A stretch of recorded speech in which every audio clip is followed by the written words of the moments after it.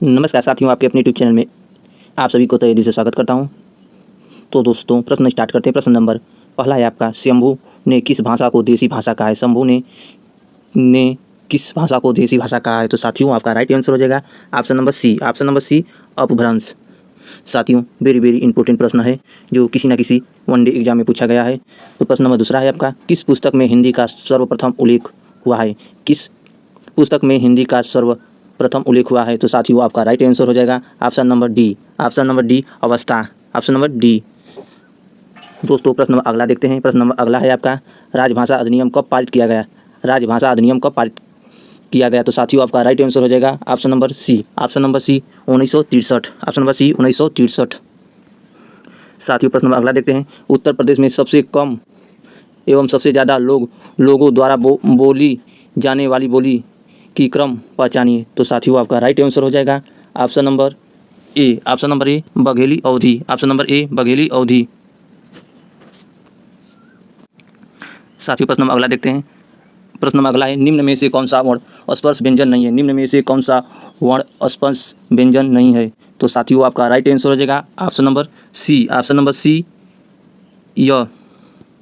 साथियों, प्रश्न नंबर अगला देखते हैं। निम्नलिखित में से दंत्य वर्ण है? निम्न में से दंत्य वर्ण है? तो साथियों, आपका राइट आंसर हो जाएगा option number C. Option number C, त।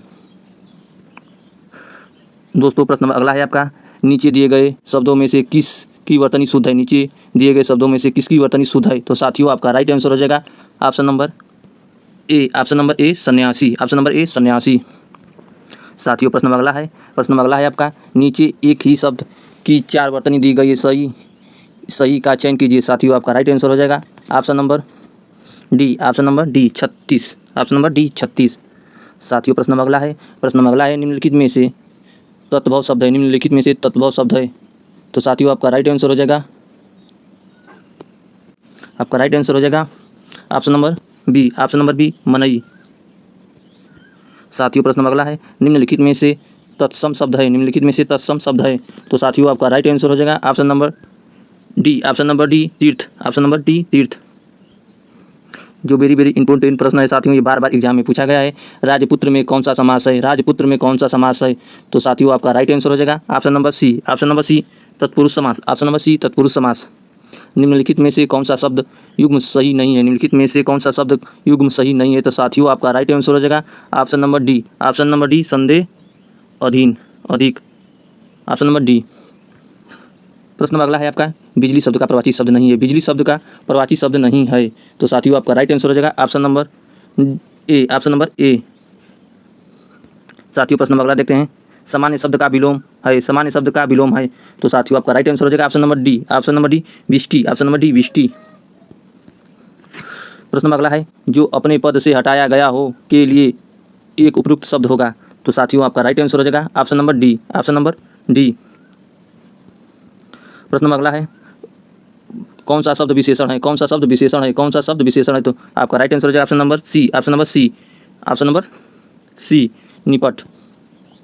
प्रश्न नंबर अगला है, मेरे घर से आपका घर 5 किलोमीटर दूर है। इस वाक्य में घर में कौन सा कारक है? तो साथियों, आपका राइट आंसर हो जाएगा option number C. Option number C, अपदान। ऑप्शन नंबर सी, अपदान। साथियों, प्रश्न नंबर अगला देखते हैं। प्रश्न नंबर अगला है, कौन सा शब्द दूजग का अनार्थिक नहीं है? तो साथियों, आपका राइट आंसर हो जाएगा option number D. Option number D, Singh. Option number D, Singh.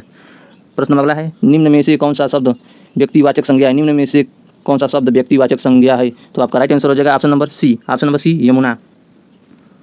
प्रश्न नंबर अगला है, कौन सा वाक्य शुद्ध है? कौन सा वाक्य शुद्ध है? तो आपका राइट आंसर हो जाएगा option number B. Option number B, यह आँख देखी घटना है। यह आंखों देखी घटना है। Option number B.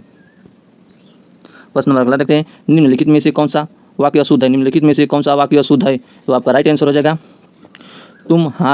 तुम्हारे घर चले जाओ। तुम्हारे घर चले जाओ। Option number D.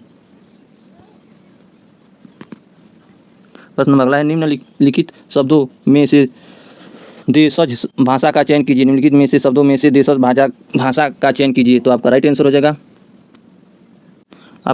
जाएगा option number B. Option number B.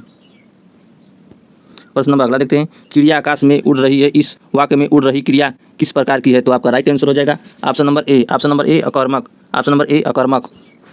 प्रश्न नंबर अगला देखते हैं, कृदंत प्रत्यय किन शब्दों के साथ जुड़ा होता है? कृदंत प्रत्यय किन शब्दों से जुड़ा होता है? तो आपका राइट आंसर हो जाएगा ऑप्शन नंबर डी क्रिया से, ऑप्शन नंबर